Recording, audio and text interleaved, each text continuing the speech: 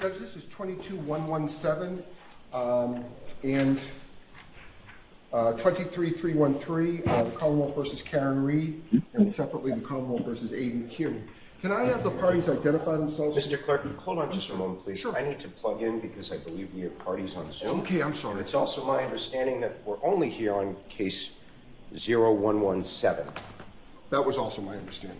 Okay. Thank you. And do you have the Zoom identification link for me, please? I do. It's right here. Thank you. There's no passcode. Thank you.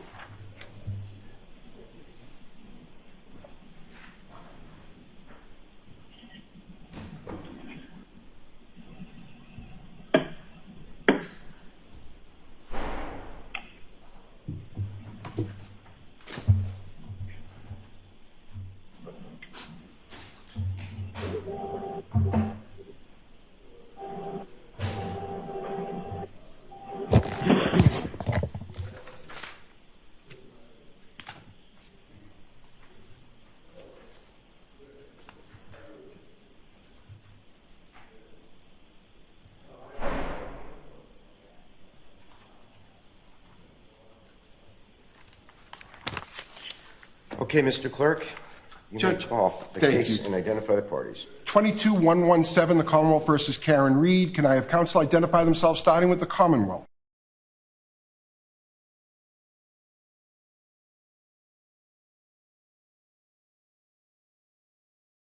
Your Honor, I'm Robert Cos, special prosecutor on the Aiden Kearney cases, and I suppose for purposes of this motion, I'm the respondent to the Rule 17 motion. Good morning, Attorney Cosgrove. Good morning. Hello, Your Honor. Timothy Bradle for Aiden Kearney. I see him on the Zoom for the record. Good morning, Attorney Bradle. Good morning, Mr. Kearney. And Mark Bedero for Mr. Kearney. Good morning, Your Honor. Good morning, Attorney Bedero. And good morning, Judge. Attorney David Yannetti for Karen Reed, who is also present on the Zoom. Good morning, Attorney Yannetti. Good morning, Ms. Reed. Good morning, Your Honor. Elizabeth Little, also on behalf of Ms. Reed. Good morning, Attorney Little. Anyone else here that we need to recognize before we proceed? Doesn't seem so. No, okay. Folks, we are here on two related matters this morning. As an initial matter, we are here because there seems to be some confusion concerning my order of March 20th on docket 615 on the Commonwealth's Rule 17 motion. Also, we're here because there has been a motion for protective order, docket 636, filed by intervener Kearney, and so we will hear that as well. So with regard to my order, let me start by saying this. Going back to Attorney Brennan's affidavit filed in this case on March 5th, 2025, in support of the Commonwealth's motion for records, Attorney Brennan, you specifically stated that, quote, it's been represented to the court by defense counsel Bradle on behalf of Mr. Kearney that there's an implicit long-term mutual assistance and mutual defense agreement between counsel for Mr. Kearney and counsels for this defendant, Reed. On the basis of that sworn statement, I specifically inquired of you, Mr. Brennan, at the hearing on this matter last week, do any of the three categories of documents and data that the Commonwealth seeks by the Rule 17 motion include communications with Mr. Kearney and counsel for the defendant in this case? You replied, no, these would be privileged. So based on these representations and the court's belief that there were no privileged materials implicated by the Commonwealth's motion, I ordered that all communications between Mr. Kearney and Ms. Reed during the time frame in question with regard to these three articulated categories be produced. However, subsequently, the special prosecutor in Mr. Kearney's case, in possession of the documents in question on March 26, informed the court that, one, there are, in fact, a substantial number of communications within the documents and data requested that are indeed communications between Mr. Kearney and Ms. Reed's counsel. And moreover, the special assistant district attorney in that case took the position, contrary to the one asserted by Attorney Brennan in this case, claiming that those communications are not, in fact, privileged. So my order did not specifically exclude from production communications between Mr. Kearney and Ms. Reed's counsel because the court was told there were no such communications, and in any event, the Commonwealth acknowledged that they were privileged. So my first question is to you, Attorney Brennan. Respectfully, did I misunderstand you, or perhaps vice versa? In other words, I understood that you weren't requesting the production of any privileged communications, to wit, communications between Mr. Kearney and Ms. Reed's counsel. And as such, if that is the case, and we did understand each other, I can simply clarify my order for special ADA Cosgrove that those claimed to be privileged communications will be excluded from the Rule 17 production, and we can move on. If that's not the case, I'd like to hear why. Sure. May I? Yes, you may.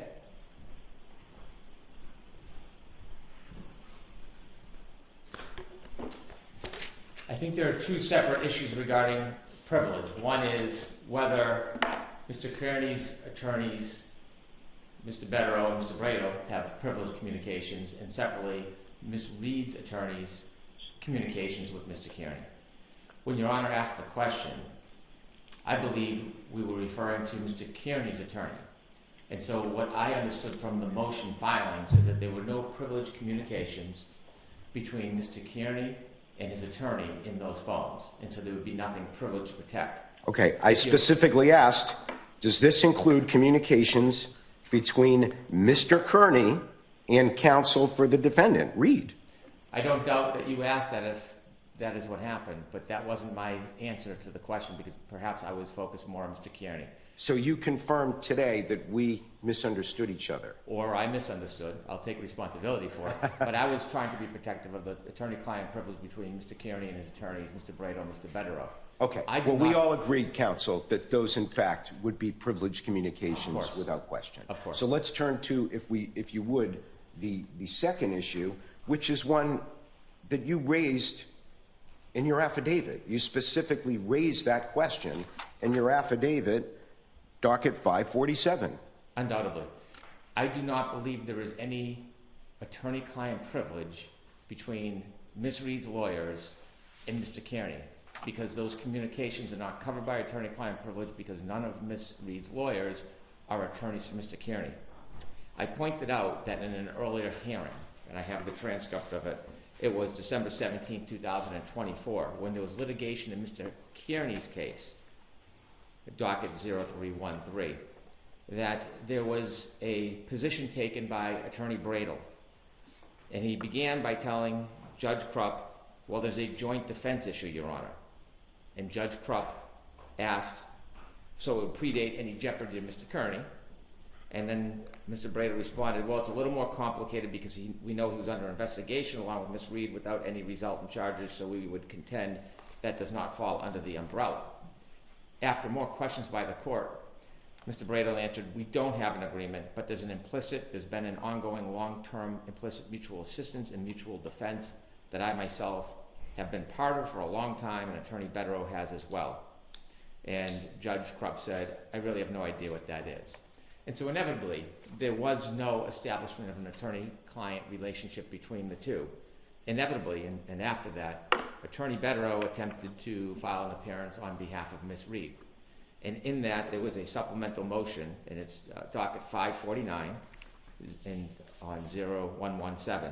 And docket 549 contains Attorney Yannetti's sworn statement that there was no joint defense privilege between Ms. Reed and Mr. Kearney. Exactly. And so I think I had the assumption there was no attorney-client privilege. If I misspoke, it confused the court. My apologies. But inevitably, there is no attorney-client privilege that I understand exists. And so I do not know what is in these phones. I have not asked. I don't want to know unless it's pursuant to a court order. But based on the affidavit of the search warrant and based on the pleadings in this case, and there's two very important pleadings, I may have mentioned them to the court on the last date, but those pleadings, which were filed publicly by the Commonwealth, and it's docket number 53 relative to Mr. Kearney's case 0043, in that pleading, it is set out by the Commonwealth's pleading that there is, in fact, information demonstrating that the Reed team provided Mr. Kearney with information, documents, videos. It's suggested that at times they would suggest angles for him to use it or to refrain from using it. And it provides a number of examples, including an example on 8823, when they're asking for information, Mr. Kearney, so one of the attorneys. Attorney Brennan, I'm going to ask you to pause right course. there, because I think we've reached a point where I have a threshold issue that may require either a Bishop Franklin protocol or some inquiry into the nature of the privilege that may or may not be asserted by Attorney Bradel. And so I think it's appropriate at this time, Attorney Bradel, that I turn to you, not with regard to the protective order, but with regard to the issue of whether your client claims a joint defense agreement and related privilege to communications between himself and attorneys for Ms. Reed, such that I need to limit the scope of my order of March 20th. Judge, thank you. We do not assert such a privilege. I said in a much different context a long time ago that we had been sharing information and talking to each other and helping each other. And I said that there was an issue. I didn't say there was a privilege. Okay. So we are not asserting that. There is no formal agreement. There's no formal privilege. I said it was an issue to be looked at the time. That's all I said, Your Honor. And in terms of this, Your Honor's order, I don't even know why we're talking about this, Your Honor. The ostensible purpose of the Commonwealth's request was to attempt to show consciousness of guilt on the part of Ms. Reed. So why would communications to other parties besides Ms. Reed have any relevance? And in fact, in your order, you just say that the only communications that are on the table here, so to speak, are communications between Mr. Carney and Ms. Reed. I'll stop you right Nothing there, about Attorney Bradel, lawyers because or you raised an excellent point, and that point being is that point from the court's perspective is in an age of group texts and other means of communications with multiple recipients at the same time, we certainly have the likelihood of communications between your client and Ms. Reed that may also include members of her defense team. So it is my belief that that is what might be at issue, but I will probe further of ADA Cosgrove on that point. I mean, if you ask me, Your Honor, the pleading, the impounded pleading filed by Mr. Cosgrove is completely immaterial. The whole reason for this is consciousness of guilt. So there are we are privy to these extractions. There's absolutely nothing in them that is covered by Your Honor's order. There's no communications between Mr. Carney and Ms. Reed regarding witness intimidation. There are none. So there should be exactly zero documents or texts or emails that should be responsive here. Absolutely zero. And I don't have the thumb drive that Mr. Cosgrove gave to the court ex parte. So I can only imagine what's in that, and we are anticipating a request that you will look at that, to ask you to look at that in camera and see if that complies with your order. It doesn't. It cannot comply with the order. Your order said Carney and Reed, not third parties that may or may not have spoken to Reed, and these are things that are privileged among that team. So this is a can of worms that the court did not open by any stretch. And I think that, Mr. Cosgrove's role here is completely ministerial, Your Honor.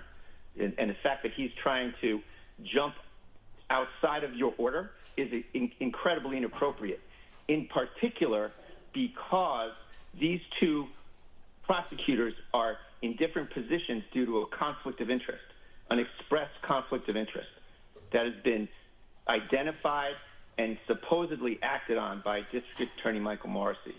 So their communications need to be limited because there is a conflict. Your Honor limited those communications very appropriately to potential evidence that those two defendants could have communicated in terms of some criminal acts. And we're telling you there's nothing there. We don't expect you to rely on our interpretation, but there is nothing there relative to your order. Thank But you. on the fact that this- Attorney Breda, I'm gonna ask you to pause for a moment, and I'm gonna hear from Special Assistant District Attorney Cosgrove, specifically with regard to this issue. In your communication to the court, you suggested that in your judgment, the production would sweep in a substantial number of communications between Mr. Kearney and Ms. Reed's attorneys. How would those be swept in when the order specifically calls for communications between Mr. Kearney and Ms. Reed? I think the actions of Ms. Reed's attorneys on her behalf are the actions of Ms. Reed. And if one reads the sweep of the communications between Mr. Yannetti and Mr. Kearney, and between Mr. Jackson and Mr. Kearney, and Ms. Reed and Mr. Kearney, one sees a pattern of feeding information to Mr. Kearney. I think that they act together in that respect, Your Honor. Thank you, Attorney Cosgrove. Notwithstanding that position, the court's position is that the order spoke very specifically and very clearly to limit the Rule 17 motion to the production of only communications between Defendant Reed and Kearney and Defendant Kearney concerning those three areas of inquiry. So I am specifically requesting and ordering the Commonwealth in that case to review the documents called as a result of the Rule 17 motion in my subsequent order, such that the production will only include communications between Kearney and Reed.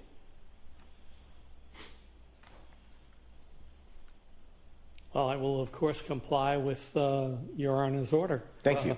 But Folks, I think we've covered that point, and I don't think I need to hear any further on this. The order is clear on its face, and I expect the parties to comply with it. I'd like to turn now to the issue of the motion for protective order from Mr. Brado.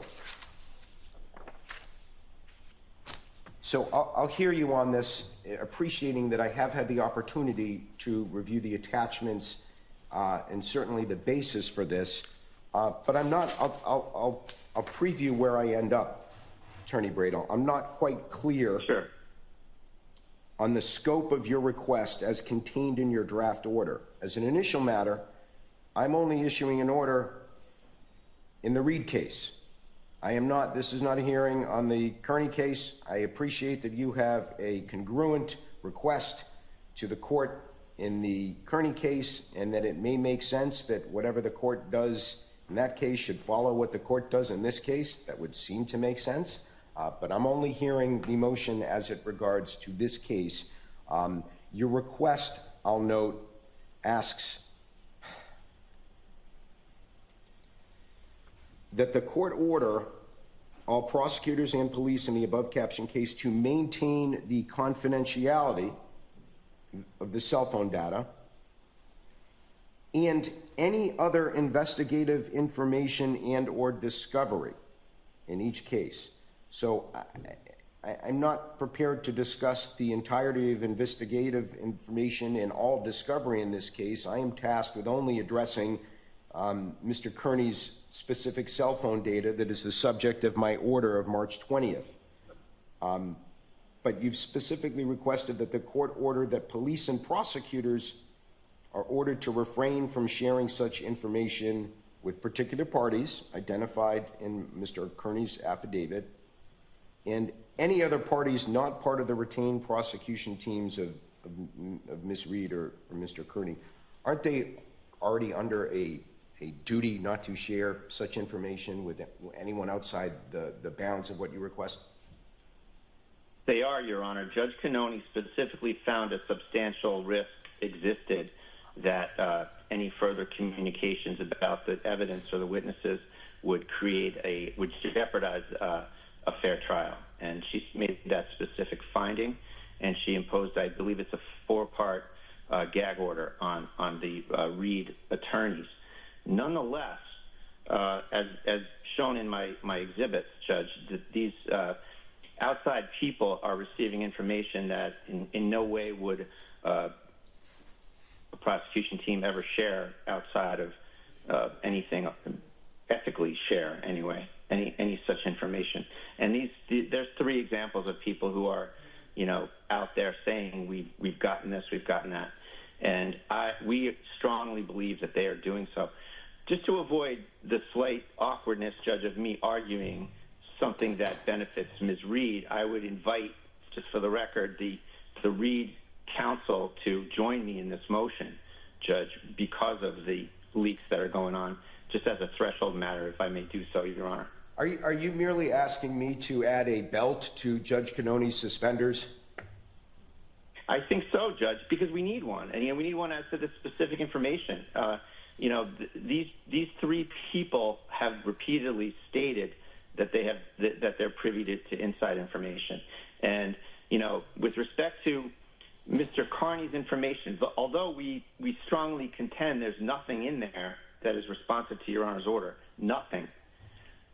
To the extent that there's anything that's shared between these 2 different prosecutors that are on separate islands due to a stated conflict of interest, we want to specifically ensure that as to the discovery that Your Honor's focused on here, that these orders are in place, that there's a specific order. It's sort of another step from Judge Cannoni. She said that, well, the general rules of ethics aren't working here, so I'm making a specific finding. I'm giving you a gag order. Well, guess what? Judge Cannoni's order didn't work either, based on my exhibits A, B, C, and so we're asking for another step to just really put a fine point on it, that these 3 people must stay away, and a general order as well as part 2 is my part 2. And to the extent that those people have any sort of further expressions of leaks in the media or on the internet, I think that ought to be grounds for a live hearing with sworn testimony about these leaks. Understood. Okay. So that's why I'm asking, Judge. Thank you. Thank you, Attorney Brado. Attorney Little, Attorney Yannetti, do you have anything to add on this point?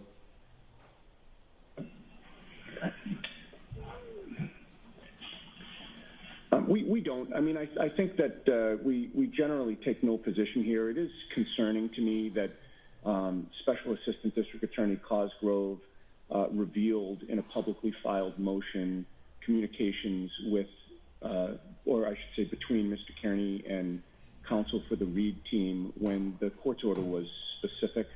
My understanding is that he omitted some statements of caution and admonitions that we may have given to Mr. Kearney about the nature of demonstrations, etc. So it seems as though he cherry-picked statements in an effort to make us look bad when it was outside the court's order. It was unnecessary.